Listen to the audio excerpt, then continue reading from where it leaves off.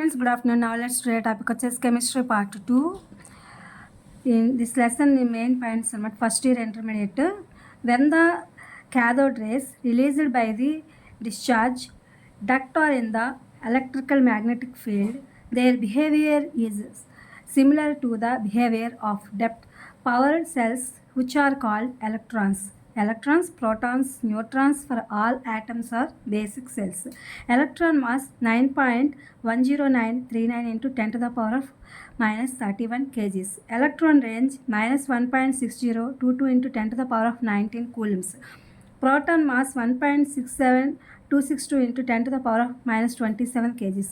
Proton range plus 1.6022 into 10 to the power of minus 19 coulomb.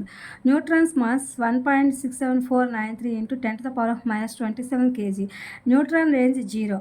Electron E by M value 1.758820 into 10 power of 11 C kg minus 1.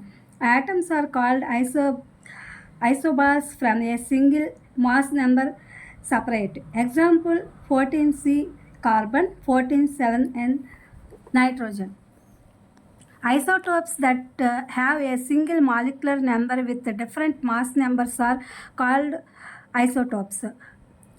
According to the Rutherford molecular model, the mass of the molecules in the center of center electron around the nucleus rotate in circular.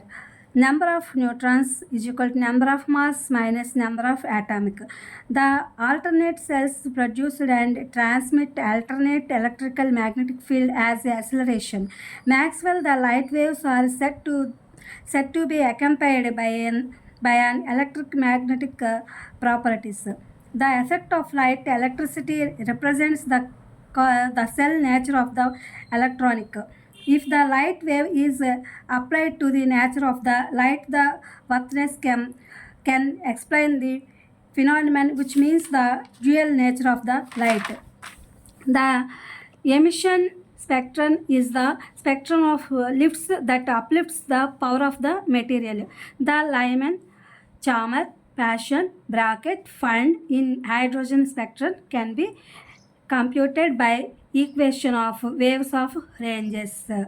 Nu bar is equal to 1.09677 into 10 power 7 bracket 1 by n1 square minus n2 n square minus 1 bracket m minus 1. ఇది friends chemistry English introduction. ఇక్కడ తెలుగు చూద్దాము.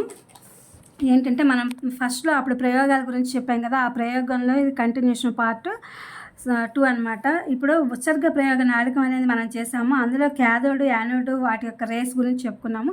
ఆ cathode కిరణాలు ఏవైతే ఉన్నాయో అవి విద్యుదయస్కాంత క్షేత్రంలో ఉంచినప్పుడు వాటి యొక్క ప్రవర్తన అనేది రుణ విద్యుదాత్మక కణాల ప్రవర్తనను పోలి ఉంది. కాబట్టి వీటిని ఎలక్ట్రాన్లు అని చెప్పి అంటారు అని అంటున్నారు. ఎలక్ట్రాన్లు అని చెప్పి అంటారు. ఎలక్ట్రాన్ యొక్క ద్రవ్యరాశి వచ్చేసేసి 9.10939 into 10 power minus 31 kgs. Electron యొక్క ఎలక్ట్రాన్ యొక్క ఆవేశం వచ్చేసి -1.6022 into 10 power minus 19 coulombs.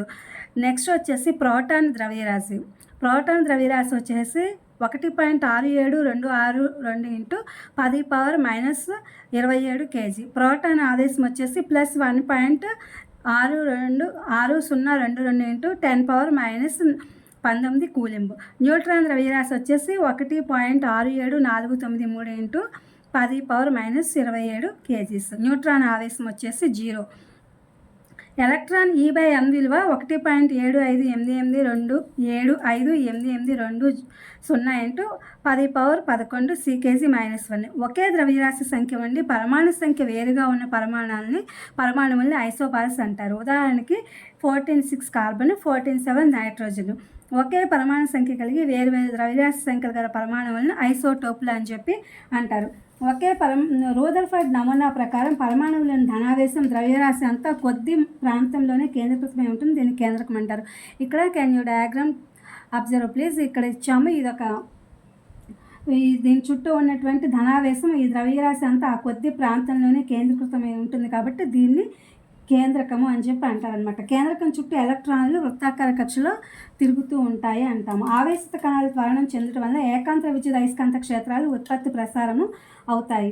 Maxwell కాంతి తరంగాలు విద్యుత్ అయస్కాంత లక్షణాల డోలనంతో కూడి ఉంటాయంటే అది అసలరేషన్ చేస్తూ ఉంటాయన్నమాట.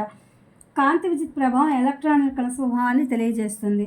అలాగే కాంతి తరంగ స్వభావం అనువర్తిస్తే అంటే అది కనుక అనువర్తిస్తే దానికి అది వివర్తనం చెంది అది వ్యతిరేక అంటే రెండు విషయాలను ఇక్కడ దృగ్విషయాలను వ్యతిరేకము వివర్తనము రెండు మనం వివరించవచ్చు. అంటే కాంతికి రెండిటి యొక్క స్వభావాలు ద్వంద్వ స్వభావాలు ఉంటుంది.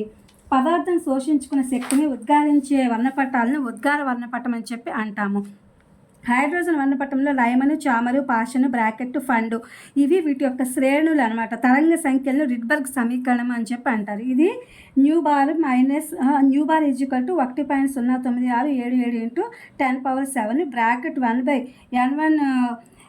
1/n1 square -1/n2 square bracket m-1. ఇది ఫ్రెండ్స్ తెలుగు ఇంగ్లీషు వెర్షన్. ఇది మీకు ఉపయోగపడుతుందని చెప్పి వీడియో అప్లోడ్ చేస్తున్నాను. Please my channel like, share, subscribe and comment. Thank for watching. Thank for your support.